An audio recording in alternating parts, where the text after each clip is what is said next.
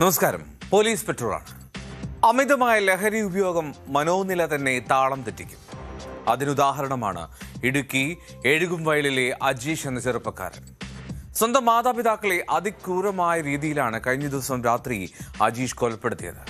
മാതാപിതാക്കൾ രക്തത്തിൽ കുളിച്ചു കിടക്കുമ്പോൾ സമീപമിരുന്ന് കൈകളിൽ കൊന്ത പിടിച്ച് ബൈബിൾ വായിക്കുകയായിരുന്നു ആ പ്രതി. മാതാപിതാക്കളെ താൻ ദൈവത്തിനടുത്തേക്ക് പറഞ്ഞയച്ചു എന്നാണ് അയാൾ അവിടെ എത്തിയവരോട് പറഞ്ഞത്. കൊലയ്ക്ക് ശേഷം ദൃശ്യങ്ങൾ മൊബൈൽ ഫോണിൽ പകർത്തി ബന്ധുവിന് അയച്ചു കൊടുക്കുകയും ചെയ്തു. നാടിനെ ആകെ നടുക്കിയ ആ വാർത്തയുടെ വിശദാംശങ്ങളാണ് പോലീസ് പെട്രോളിൽ ആദ്യം. സ്വാഗതം ഒരിക്കൽ കൂടി.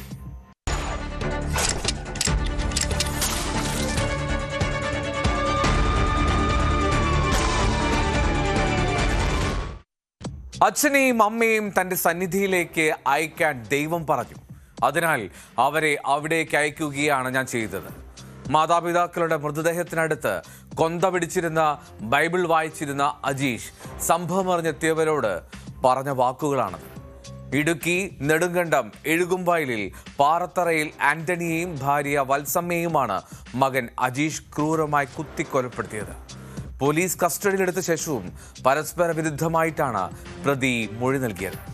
തെളിവെടുപ്പിനായി പോലീസ് വീട്ടിലെത്തിച്ചപ്പോൾ അമ്മ എവിടെയെന്ന് പ്രതി തിരക്കി.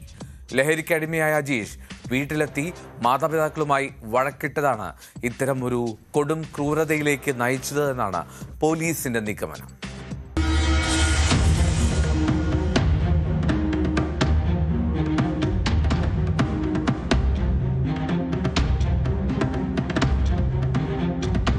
വെള്ളിയാഴ്ച രാത്രിയിലാണ് നെടുങ്കണ്ടം എഴുകുംവയൽ പാറത്തറയിൽ ആന്റണിയെയും ഭാര്യ വത്സമ്മയെയും മകൻ അജീഷ് കുത്തിക്കൊലപ്പെടുത്തിയത്.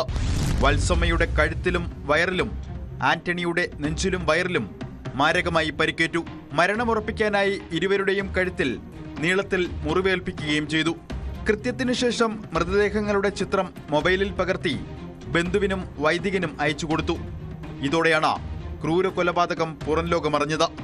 മാതാപിതാക്കളെ ദൈവസന്നിധിയിലേക്ക് അയച്ചെന്നാണ് പ്രതി നാട്ടുകാരോട് പറഞ്ഞത്. വീട്ടിൽ കയറി ചെന്ന് കഴിഞ്ഞപ്പോഴത്തേനും കഥകൾ തുറന്നു കിടപ്പുണ്ട്. ഇവന് രക്തത്തിൽ കുളിച്ച് ഇവന്റെ കയ്യിലെല്ലാം രക്തമാണ്. ഇവനൊരു കൊന്ത കൈ പിടിച്ചിട്ടുണ്ട്. കൊന്തയും പിടിച്ചിട്ട് ഇവന് ഒച്ചത്തിൽ പ്രാർത്ഥന ചൊല്ലിക്കൊണ്ടിരിക്കുക. അപ്പം ഇവൻ ചെല്ലുന്ന പറയുന്നത് എന്നാന്ന് വെച്ചാൽ, ഞാൻ ചോദിച്ചു എന്നാണ് സംഭവിച്ചത്, എന്നാ ചോദിച്ചെന്ന് പറഞ്ഞപ്പോഴത്തേനും പറഞ്ഞു, ഞാൻ ഈ വീട്ടിലെ പിശാചുക്കളെല്ലാം ബഹിഷ്കരിച്ച് ഞാൻ സ്വർഗത്തിലേക്ക് പറഞ്ഞു വിട്ടുള്ളത്. അങ്ങനെയുള്ള സംസാരമാണ് എൻ്റെ അടുത്ത് ഉണ്ടായിരുന്നത്. ഏതാണ്ട് പരസ്പര വിരുദ്ധമായ കാര്യങ്ങളെല്ലാം ഇവനിങ്ങനെ വിളിച്ചു പറഞ്ഞുകൊണ്ടിരിക്കുകയാണ്. അപ്പോൾ പെട്ടെന്ന് ഞങ്ങൾ അകത്തോട്ട് നോക്കി കഴിയുമ്പോഴത്തേനും പെട്ടെന്ന് സ്തംഭിച്ചു പോയി. അകത്ത് രക്തത്തിൽ കുളിച്ച് ഈ പറഞ്ഞ അപ്പച്ചൻ നിലത്ത് കിടക്കുകയാണ്. അപ്പം അദ്ദേഹത്തിന്റെ ഈ ഏകദേശം നിശ്ചലമായിട്ടൊരു അവസ്ഥയിലായിരുന്നു. കൊലപാതകം നടന്ന സമയം ആന്റണിയുടെ രോഗിയായ മാതാവും വീട്ടിലുണ്ടായിരുന്നു. ഇവരെ ദൈവസന്നിധിയിലേക്ക് അയക്കാൻ പറഞ്ഞില്ലെന്നാണ് പ്രതിയുടെ മൊഴി. രക്തത്തിൽ കുളിച്ചിരുന്ന പ്രതിയുടെ കൈവശം ഒരു കൊന്തയുമുണ്ടായിരുന്നു. അപ്പോൾ പെട്ടെന്ന് ഞങ്ങൾ കൂടുതലുള്ള ഒരാൾ ഇവനെ പെട്ടെന്ന് പിടിച്ച് ഇവനെ ഇരുത്തി അവിടെ ഇരിക്കാൻ പറഞ്ഞാൽ അവിടെ ഇരുന്നു. അപ്പം എന്നുവെച്ച് ഞാനും വികാരിച്ചനോടെ രണ്ടുപേരോട് കൂടി അകത്ത് കയറി ചെന്ന് നോക്കി, ബോഡി നോക്കി, പൾസുണ്ടോ, ജീവനുണ്ടോ എന്ന് നോക്കി. ജീവന് നഷ്ടപ്പെട്ടിരുന്നു. അപ്പോൾ ഞാൻ ഇവനോട് ചോദിച്ചു, നിന്റെ അമ്മ എന്തി ചോദിച്ചപ്പോൾ പറഞ്ഞു, അമ്മ അടുത്ത മുറിയിലുണ്ടെന്ന് പറഞ്ഞു കാണിച്ചു തന്നു. അവിടെ കയറി ചെന്ന് കഴിഞ്ഞപ്പോഴത്തേനും ഈ കട്ടിലേൽ എൻ്റെ അമ്മ വത്സമ്മ എന്ന് പറഞ്ഞ ആള് കിടക്കുക. പൾസ് നോക്കി കഴിഞ്ഞപ്പോഴത്തേനും അതും നിശ്ചലമായിരുന്നു. ലഹരിക്ക് അടിമയായ അജീഷിനെ ഏതാനും നാളുകൾക്ക് മുൻപ് ഡി അഡിക്ഷൻ സെന്ററിൽ പ്രവേശിപ്പിച്ചിരുന്നു. ഇതിന്റെ വൈരാഗ്യം ഇയാൾക്ക് മാതാപിതാക്കളോട് ഉണ്ടായിരുന്നതായാണ് സൂചന. ഇതുമായി ബന്ധപ്പെട്ട വീട്ടിൽ നിരന്തരം പ്രശ്നങ്ങളും ഉണ്ടായിരുന്നു. മാതാവ് വത്സമ്മയെയാണ് അജീഷ് ആദ്യം കൊലപ്പെടുത്തിയത്. ഈ സമയം ആന്റണി വീട്ടിലുണ്ടായിരുന്നില്ല. വൈകുന്നേരം കവലയിൽ പോയി തിരികെ എത്തി ഭാര്യ മരിച്ചതറിയാതെ വസ്ത്രം മാറുന്നതിനിടെയാണ് ആന്റണിക്ക് നേരെയും ആക്രമണമുണ്ടായത്. പോലീസ് അറസ്റ്റ് രേഖപ്പെടുത്തിയ ശേഷം തെളിവെടുപ്പിനായി വീട്ടിലെത്തിച്ചപ്പോൾ പരസ്പര വിരുദ്ധമായാണ് പ്രതിയുടെ പ്രതികരണം. അമ്മ എവിടെയെന്നും ഇതെല്ലാം കള്ളമാണെന്നും തനിക്കുള്ള പണിയാണെന്നും അജീഷ് തെളിവെടുപ്പിനിടെ പറഞ്ഞു. ഞാൻ ഇവിടുന്ന് ഇറങ്ങി പോകുമ്പോ കണ്ടതാ, ഇത് എനിക്ക് വെച്ച പണിയായത്. ഒന്നെ കൊന്നു കളഞ്ഞോ? അമ്മച്ചുണ്ടോ? ഈ തുണിയൊന്നും ഇങ്ങനെ അല്ലായിരുന്നു. ഇതെല്ലാം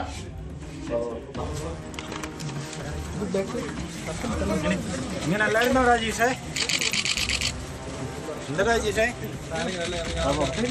AI ആണ് ചെയ്യിച്ചതെന്നും എല്ലാം തോന്നിപ്പിച്ചതാണെന്നും മായയാണെന്നും തുടങ്ങി പരസ്പര വിരുദ്ധമായ കാര്യങ്ങളാണ് ഇപ്പോൾ പറയുന്നതെന്നും പോലീസ് വ്യക്തമാക്കി. കൃത്യത്തിനായി അജീഷ് ഉപയോഗിച്ച കത്തി വീട്ടിലെ സോഫയിൽ നിന്നും പോലീസ് കണ്ടെടുത്തു. 3 ആഴ്ച മുൻപ് ആയുധം വാങ്ങിയതായാണ് സൂചന. പ്രതിയെ അടിമാലി കോടതിയിൽ ഹാജരാക്കും. ആന്റണിയുടെയും ഭാര്യ വത്സമ്മയുടെയും സംസ്കാരം ഞായറാഴ്ച നടക്കും.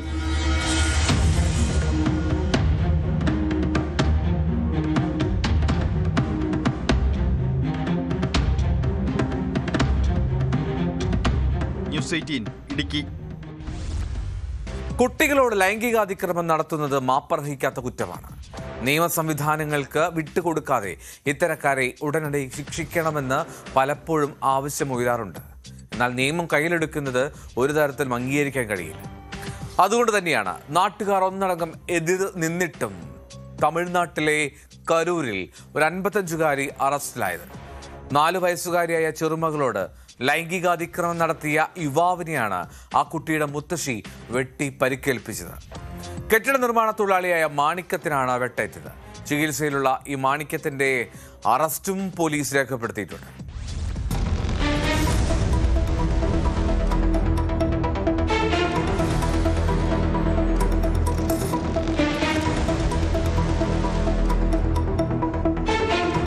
കുളിത്തലൈ ടോൾ ഗേറ്റിന് സമീപമാണ് സംഭവം.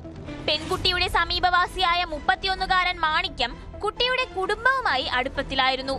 വ്യാഴാഴ്ച ഉച്ചയ്ക്ക് കുട്ടിയുടെ മാതാവ് മകളെ മുത്തശ്ശിയുടെ വീട്ടിലാക്കാൻ മാണിക്യത്തെ ചുമതലപ്പെടുത്തി. എന്നാൽ ഇയാൾ കുട്ടിയെ സ്വന്തം വീട്ടിലേക്ക് കൊണ്ടുപോവുകയും അവിടെ വച്ച് ലൈംഗികാതിക്രമം നടത്തുകയുമായിരുന്നു. പിന്നീട് കുട്ടിയെ മുത്തശ്ശിയുടെ വീടിന് സമീപം ഉപേക്ഷിച്ച് ഇയാൾ കടന്നുകളഞ്ഞു. സംഭവം കുട്ടി മുത്തശ്ശിയോട് പറഞ്ഞതോടെയാണ് വിവരം പുറത്തറിയുന്നത്. ഇതോടെ മുത്തശ്ശി ആയുധവുമായി യുവാവിനെ തേടിയിറങ്ങി. വെള്ളിയാഴ്ച കുളത്തലയിലെ ഒരു ചായക്കടയ്ക്കടുത്ത് വെച്ച് മാണിക്യത്തെ കണ്ടതോടെ കൊടുവാൾ ഉപയോഗിച്ച് വെട്ടുകയായിരുന്നു. പിന്നാലെ ഓടി റോഡിലൂടെ വലിച്ചിഴച്ച് പലതവണ വെട്ടിപ്പരിക്കേൽപ്പിച്ചു. മുത്തശ്ശിയെ പിന്തുടർന്നെത്തിയ കുട്ടിയുടെ ബന്ധുക്കളും മാണിക്യത്തെ മർദ്ദിച്ചു. സംഭവ സ്ഥലത്തെത്തിയ കുളിത്തലൈ പോലീസ് മുത്തശ്ശിയെ കസ്റ്റഡിയിലെടുക്കുകയും കൊടുവാൾ പിടിച്ചെടുക്കുകയും ചെയ്തു.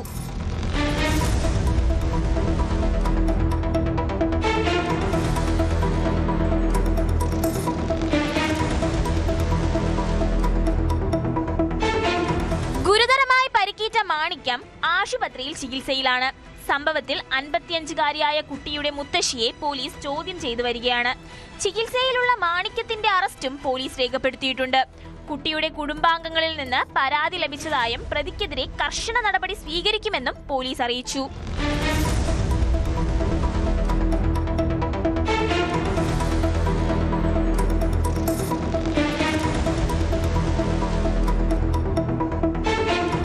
ന്യൂസ് 18 ചെന്നൈ.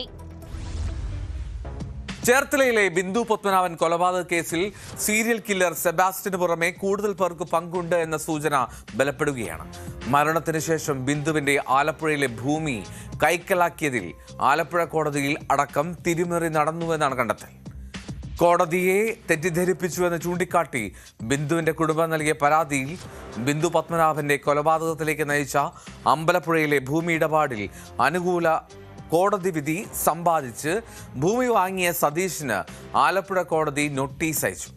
2006 കൊല്ലപ്പെട്ട ബിന്ദു 2007 വസ്തു ഇടപാട് സംബന്ധിച്ച് ആലപ്പുഴ കോടതി അയച്ച സമൻസ് എങ്ങനെ കൈപ്പറ്റി എന്നതുൾപ്പെടെ ഞെട്ടിക്കുന്ന ചോദ്യങ്ങളാണ് ഉയരുന്നത്.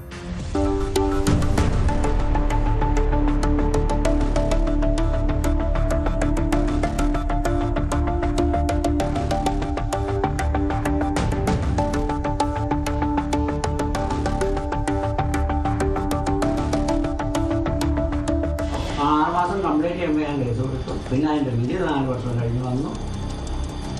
ഇതൊക്കെ ഒറ്റ പ്രാവശ്യം പ്രോപ്പർട്ടി കാണാൻ വന്നപ്പോഴും ബിന്ദു ഇല്ല അല്ലേ? ബന്ധു വീട്ടിലിരുന്നു, സെബാസ്റ്റിന്റെ വീട്ടിലിരുന്നു. ഞങ്ങളിവിടെ കണ്ട്. അന്നാ ഇതുപോലെ രജിസ്ട്രേഷൻ ഇല്ലല്ലോ. അന്നല്ല ബിന്ദു വീട്ടിലുണ്ടെന്ന് സെബാസ്റ്റ്യൻ പറഞ്ഞതാണോ അതോ ചേട്ടൻ കണ്ടു? എൻ്റെ അടുത്ത് വന്നിട്ടല്ലേ അങ്ങോട്ട് പോയത്. ദൃശ്യങ്ങൾ കാണുന്നയാൾ ചേർത്തല സ്വദേശി സതീശനാണ്. സതീഷിന്റെ വാക്കുകൾ പ്രകാരം 2006 അവസാനത്തോടെ കൊല്ലപ്പെട്ട ബിന്ദു പത്മനാഭൻ അമ്പലപ്പുഴയിലെ ഭൂമി തനിക്ക് വിൽക്കാനായി അഡ്വാൻസ് കൈപ്പറ്റിയെന്ന് വ്യക്തമാക്കുന്നു. അഡ്വാൻസ് തുകയുമായി കാണാതായ ബിന്ദു 6 മാസം കഴിഞ്ഞ് മടങ്ങിയെത്താതായതോടെ ആലപ്പുഴ മുനിസിപ്പൽ കോടതിയിൽ 2007 ഫെബ്രുവരി 8 ബിന്ദു കേസ് ഫയൽ ചെയ്യുന്നു. കേസിന്റെ സമൻസ് കൈപ്പറ്റിയ ബിന്ദു ഹാജരാകാൻ തയ്യാറാകാത്തതിനാൽ എക്സ് പാർട്ടി വിധിയിലൂടെയായിരുന്നു സതീശൻ ഭൂമി സ്വന്തമാക്കിയത്. 4 വർഷം കോടതി വ്യവഹാരത്തിനൊടുവിലാണ് ഭൂമി തനിക്ക് ലഭിച്ചതെന്ന് സതീശൻ ന്യൂസ് 18നോട് പറഞ്ഞു. എന്നാൽ ഈ രേഖകൾ ഒന്ന് കാണാം.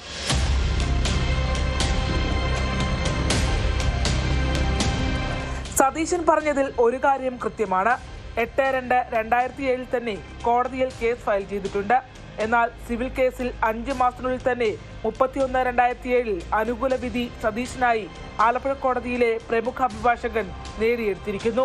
അതായത് 4 വർഷം കേസ് പറഞ്ഞാണ് ഭൂമി സ്വന്തമാക്കിയെന്ന വാദം പച്ചക്കള്ളമെന്ന് വ്യക്തം. കോടതി വിധിയിലൂടെ സതീശൻ സ്വന്തമാക്കിയ ഭൂമി കേസ് വാദിച്ച സ്വന്തം അഭിഭാഷകന്റെ സഹോദരന് തന്നെ വിറ്റു. അത് രാമകൃഷ്ണന്റെ പേര് മേടിച്ചു. അങ്ങനെ അനിയനല്ലോ, പുള്ളിയുടെ പേര് മേടിച്ചു. അതിനെ പുറത്തന്നെ അറിയുമോ? ആ സതീശന്റെ കേസ് എന്ന് പറഞ്ഞാൽ പുള്ളിക്കാരൻ തീർച്ചയായിട്ടും പറഞ്ഞു. ഞാൻ മലപ്പുറം കൊടുത്തു. പുള്ളി എന്റെ സ്ഥലമല്ലത്. ഇപ്പൊ പള്ളിപ്പുറത്ത് ഞാൻ കാണിക്കണമെങ്കിൽ അവിടെ കാണിക്കണല്ലോ. ബിന്ദുവത്തിന് പ്രാവശ്യം വന്നിട്ടുണ്ട്. പിന്നെ അവിടെ വന്നിട്ടും പിന്നെ എനിക്ക് ഞാൻ പോരാനൊക്കെ അല്ല ഇപ്പൊ അവിടെ. അമ്പലപ്പുഴയിലെ ദേശീയപാതയോട് ചേർന്ന 15 സെന്റ് ഭൂമിയുടെ ഇടപാടിൽ അഡ്വാൻസായി ബിന്ദു കൈപ്പറ്റിയ 1.5 ലക്ഷം രൂപയ്ക്ക് പുറമെ 65,000 രൂപ മാത്രമാണ് കോടതിയിൽ അധികമായി സതീശൻ കെട്ടിവച്ചിട്ടുള്ളത്. ദേശീയപാതയോരത്തെ വിലയേറിയ ഭൂമിക്കാണ് ഈ തുച്ഛമായ തുക നൽകിയിരിക്കുന്നത്. 2006 സെബാസ്റ്റ്യനാൽ കൊല്ലപ്പെട്ടുവെന്ന് ക്രൈംബ്രാഞ്ച് കണ്ടെത്തിയ ബിന്ദു 2007 എങ്ങനെ ആലപ്പുഴ കോടതിയുടെ സമൻസ് കൈപ്പറ്റിയെന്നതാണ് വിചിത്രം. സമൻസ് പോയതാകട്ടെ മാവേലിക്കരയിലുള്ള തെറ്റായ വിലാസത്തിലും. ചേർത്തലയിലെ കൊലപാതകങ്ങൾക്ക് സെബാസ്റ്റ്യന് മാത്രമല്ല ഭൂമാഫിയയ്ക്കും പങ്കുണ്ടെന്ന ആരോപണങ്ങൾ നിലനിൽക്കെയാണ് ഭൂമി ഇടപാടുകളെ സംബന്ധിച്ച പുതിയ നിയമ നടപടികളിലേക്ക് കടക്കുന്നത്. ബിന്ദു പത്മനാഭൻ കേസിൽ ഞങ്ങൾ തുടക്കം മുതൽ തന്നെ പറഞ്ഞിട്ടുള്ള ഒരു കാര്യമുണ്ട്. ഇതിൽ സെബാസ്റ്റ്യൻ ഒറ്റക്കല്ല, സെബാസ്റ്റ്യന് കൂട്ടാളികളുണ്ട്.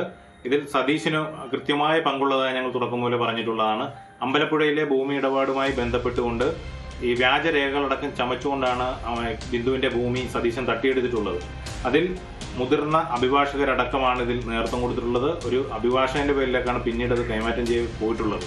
അപ്പോൾ മുതിർന്ന അഭിഭാഷകരും ഉന്നത പോലീസ് ഉദ്യോഗസ്ഥരും കോടതി ജീവനക്കാരും അടക്കം ഇതിൽ കണ്ണികളായിട്ടുണ്ട്.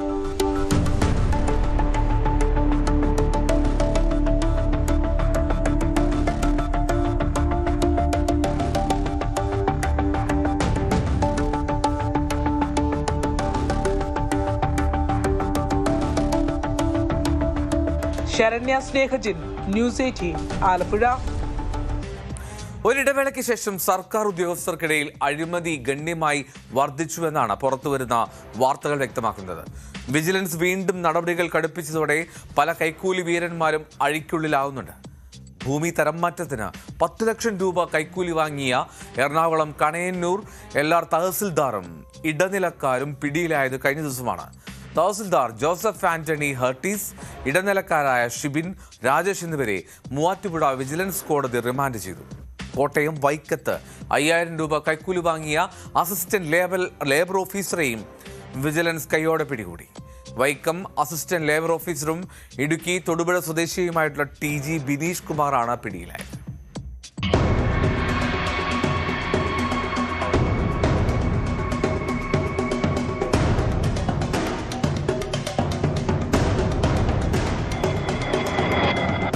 തരമാറ്റവുമായി ബന്ധപ്പെട്ട തടസ്സങ്ങൾ നീക്കാനും വ്യാജ പരാതി ഒത്തുതീർപ്പാക്കാനും ഭൂവുടമയിൽ നിന്ന് 10 ലക്ഷം രൂപ കൈക്കൂലി വാങ്ങുന്നതിനിടെയാണ് Kanayannur taluk land records tahsildar Joseph Antony ഹർട്ടീസ് പിടിയിലായത്.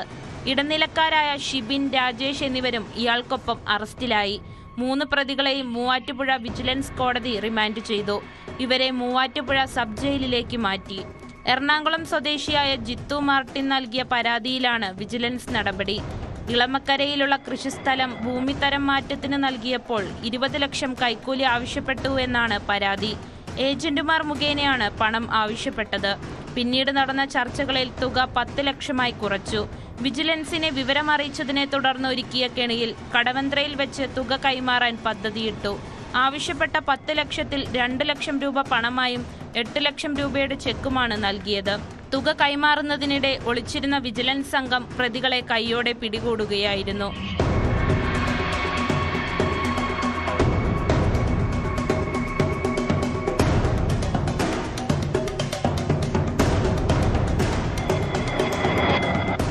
10,000 രൂപ കൈക്കൂലി വാങ്ങവെയാണ് വൈക്കത്ത് അസിസ്റ്റന്റ് ലേബർ ഓഫീസറെ വിജിലൻസ് കൈയോടെ പിടികൂടിയത്. വൈക്കം അസിസ്റ്റന്റ് ലേബർ ഓഫീസിലെ ഓഫീസറും ഇടുക്കി തൊടുപുഴ സ്വദേശിയുമായ TG ബിനീഷ് കുമാറാണ് പിടിയിലായത്. പരാതിക്കാരന്റെ ഉടമസ്ഥതയിലുള്ള സോഫ്റ്റ്വെയർ കമ്പനിക്കെതിരെ മുൻ ജീവനക്കാർ നൽകിയ പരാതി തീർപ്പാക്കുന്നതിനാണ് കൈക്കൂലി വാങ്ങിയത്. പ്രൊജക്ട് സീറോയുടെ ഭാഗമായി നടത്തിയ ട്രാപ്പ് ഓപ്പറേഷനിലാണ് വിജിലൻസ് സംഘം പ്രതിയെ പിടികൂടിയത്.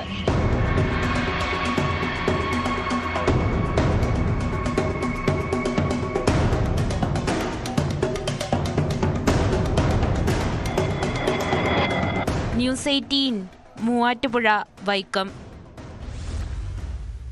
ഭരണം മാറുമ്പോൾ എതിർചേരിയിലുള്ള ഉദ്യോഗസ്ഥരെ സ്ഥലം മാറ്റുക എന്നത് പുതിയ കാര്യമല്ല. എന്നാൽ യാതൊരു മാനദണ്ഡങ്ങളും പാലിക്കാതെ അടിക്കടി സ്ഥലം മാറ്റിയാൽ അതിനെ പ്രതികാര നടപടിയെന്നേ വിശേഷിപ്പിക്കാൻ കഴിയൂ. കണ്ണൂരിൽ ASIക്ക് ലഭിച്ചത് അസാധാരണ സ്ഥലം മാറ്റങ്ങളാണ്. ASI P ബിജുവിനെയാണ് ഒരു മാസത്തിനിടെ 3 തവണ സ്ഥലം മാറ്റിയത്. നിലവിൽ പോലീസ് ഓഫീസേഴ്സ് അസോസിയേഷൻ ജില്ലാ എക്സിക്യൂട്ടീവ് അംഗമാണ് ബിജു. UDF സർക്കാരിന്റെ രാഷ്ട്രീയ പകപോക്കലാണ് സ്ഥലം മാറ്റത്തിന് പിന്നിൽ എന്നാണ് ആരോപണം.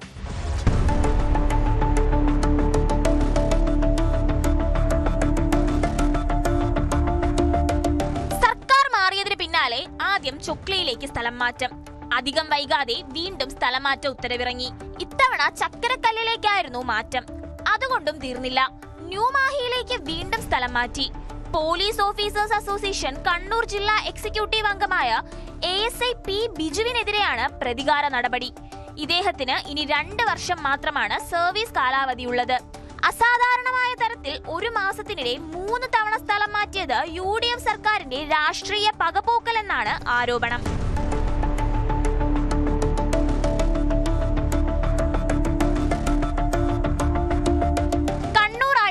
സ്വദേശിയായ P ബിജുവിന് ആദ്യ സ്ഥലമാറ്റ ഉത്തരവ് വരുന്നത് 2026 ജൂലൈ 3-നാണ്. അവിടെ ജോലിയിൽ പ്രവേശിച്ച് 2 ആഴ്ച പിന്നിട്ടപ്പോൾ ഈ മാസം 7-ന് വീണ്ടും സ്ഥലമാറ്റ ഉത്തരവിറങ്ങുകയായിരുന്നു. ചക്കരക്കല്ല് പോലീസ് സ്റ്റേഷനിൽ ജോലി തുടരവെയാണ് 70 കിലോമീറ്റർ ദൂരെയുള്ള ന്യൂമാഹി പോലീസ് സ്റ്റേഷനിലേക്ക് മാറ്റിക്കൊണ്ട് വീണ്ടും ഉത്തരവിറങ്ങിയത്. സൗകര്യപ്രദമായ മറ്റു സ്റ്റേഷനുകളിൽ ഒഴിവുകൾ ഉണ്ടായിരിക്കെ രാഷ്ട്രീയ പ്രേരിതമായ സ്ഥലമാറ്റ ഉത്തരവിൽ സേനയ്ക്കകത്തും പ്രതിഷേധമുയരുകയാണ്.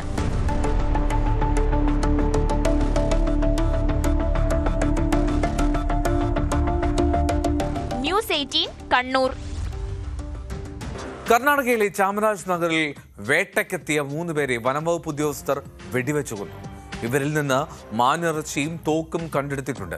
എന്നാൽ വേട്ടയ്ക്കെത്തിയതാണ് എന്ന ആരോപണം തള്ളിയ നാട്ടുകാരും ബന്ധുക്കളും വനം വകുപ്പ് ഓഫീസ് അടിച്ചു തകർത്തു. സംഭവത്തിൽ സർക്കാർ മജിസ്ട്രേറ്റിയൽ അന്വേഷണം പ്രഖ്യാപിച്ചിരിക്കുകയാണ്.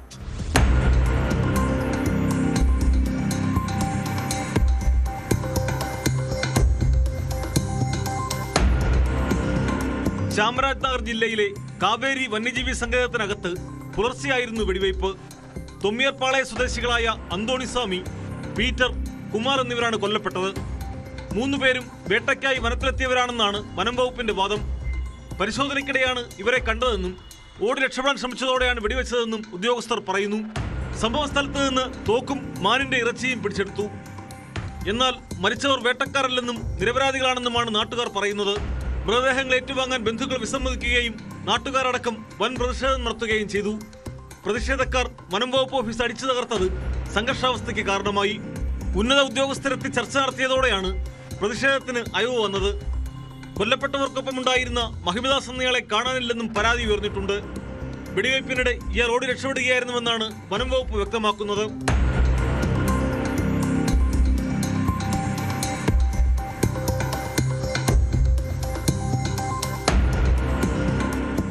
ന്യൂസ് 18 ബംഗളൂരു. കോഴിക്കോട് കൊയിലാണ്ടിയിൽ വൻ കവർച്ച.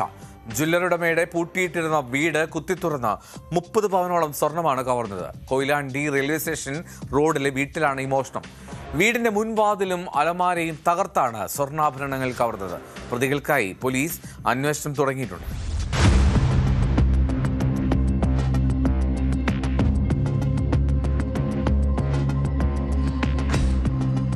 കൊയിലാണ്ടിയിലെ ജുവലറി ഉടമയുടെ വീട്ടിലാണ് വൻ കവർച്ച നടന്നത്. വീടിന്റെ അറ്റകുറ്റപ്പണികൾ നടക്കുന്നതിനാൽ കുടുംബം ഏതാനും ദിവസങ്ങളായി മറ്റൊരു വീട്ടിലായിരുന്നു താമസം. വീട് പൂട്ടിയിട്ടിരുന്ന വിവരം കൃത്യമായി മനസ്സിലാക്കിയെത്തിയ കവർച്ചാ സംഘം മുൻവാതിൽ തകർത്താണ് അകത്തു കടന്നത്. തുടർന്ന് കിടപ്പുമുറിയിലെ അലമാരകൾ കുത്തിത്തുറന്ന 30 പവനോളം സ്വർണ്ണാഭരണങ്ങൾ കവരുകയായിരുന്നു. വീട്ടുകാർ തിരിച്ചെത്തിയപ്പോഴാണ് വാതിൽ തകർത്ത നിലയിലും വീട്ടുസാധനങ്ങൾ വാരി വലിച്ചിട്ട നിലയിലും കണ്ടെത്തിയത്. അലമാര പരിശോധിച്ചപ്പോൾ സ്വർണം നഷ്ടപ്പെട്ടതായി മനസ്സിലായി.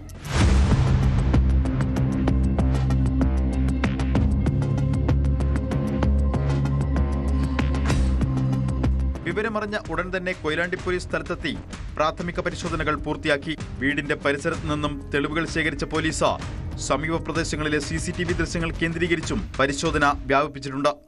വീട്ടുകാരുടെയും സമീപവാസികളുടെയും മൊഴി രേഖപ്പെടുത്തിയ അന്വേഷണ സംഘം പ്രദേശത്തെ സംശയാസ്പദമായ കാര്യങ്ങൾ നിരീക്ഷിച്ചു വരികയാണ്.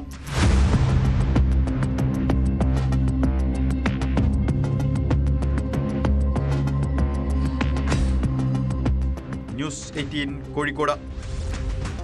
മലപ്പുറത്ത് ബ്യൂട്ടി പാർലറിൽ മുടി മുറിക്കാനെന്ന വ്യാജേന MDMA വിൽപ്പനയ്ക്കെത്തിയ യുവാവ് പിടിയിലായി.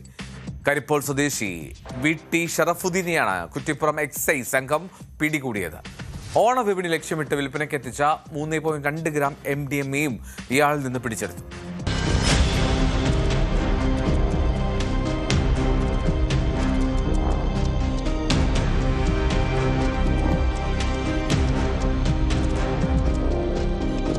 ഓപ്പറേഷൻ തണ്ടറിന്റെ ഭാഗമായി നടന്ന ഓണം സ്പെഷ്യൽ ഡ്രൈവ് പരിശോധനയിലാണ് വിൽപ്പനയ്ക്കായി സൂക്ഷിച്ചിരുന്ന MDMAയുമായി യുവാവിനെ കുറ്റിപ്പുറം എക്സൈസ് സംഘം അറസ്റ്റ് ചെയ്തത്.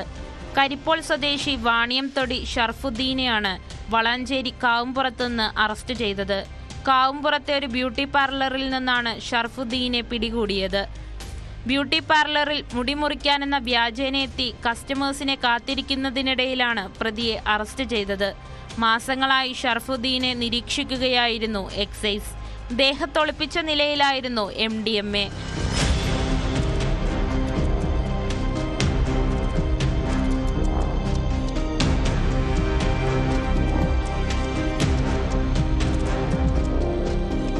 മലപ്പുറം എക്സൈസ് ഇന്റലിജൻസിന് ലഭിച്ച രഹസ്യവിവരത്തിന്റെ അടിസ്ഥാനത്തിൽ കുറ്റിപ്പുറം എക്സൈസും മലപ്പുറം എക്സൈസ് സൈബർ സെല്ലും ഇന്റലിജൻസ് ബ്യൂറോയും സംയുക്തമായി നടത്തിയ പരിശോധനയിലാണ് ഷറഫുദ്ദീൻ പിടിയിലായത്. Kuttippuram excise inspector Murugadas, assistant excise inspector Latheesh P, preventive officer Pramod PP, excise intelligence bureau assistant excise ഇൻസ്പെക്ടർമാരായ Prakesh P, Ganesh K, civil excise ഓഫീസർമാരായ ഉണ്ണികൃഷ്ണൻ, അലക്സ്, വനിതാ CEO അന്നു നാരായണൻ എന്നിവർ പരിശോധനാ സംഘത്തിലുണ്ടായിരുന്നു.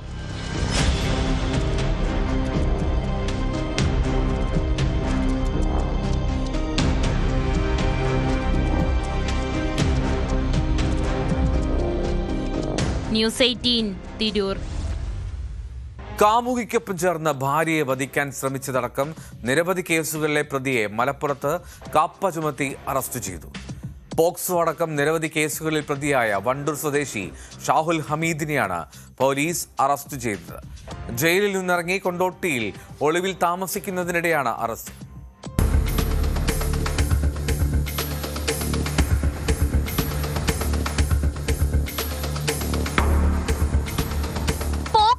വധശ്രമവും അടക്കം നിരവധി കേസുകളിൽ പ്രതിയായ വണ്ടൂർ സ്വദേശിയായ യുവാവിനെയാണ് കാപ്പ ചുമത്തി അറസ്റ്റ് ചെയ്തത്.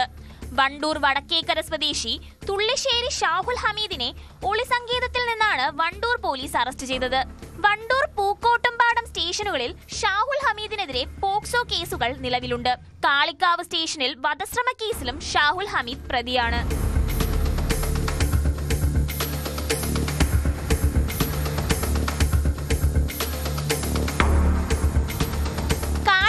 വാടക വീട്ടിൽ വെച്ച് കാമുകിക്കൊപ്പം ചേർന്ന് ഭാര്യയെ കെട്ടിയിട്ട് വധിക്കാൻ ശ്രമിച്ച കേസിൽ ഷാഹുൽ ഹമീദ് റിമാൻഡിലായിരുന്നു.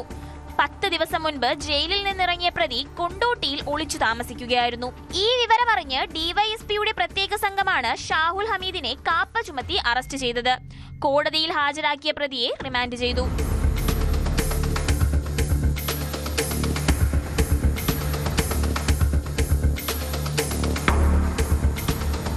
ന്യൂസ് 18 തിരൂർ. കുറ്റകൃത്യങ്ങളുടെ ലോകത്തെ ചില വാർത്തകൾ നോക്കാം ചുരുക്കത്തിൽ.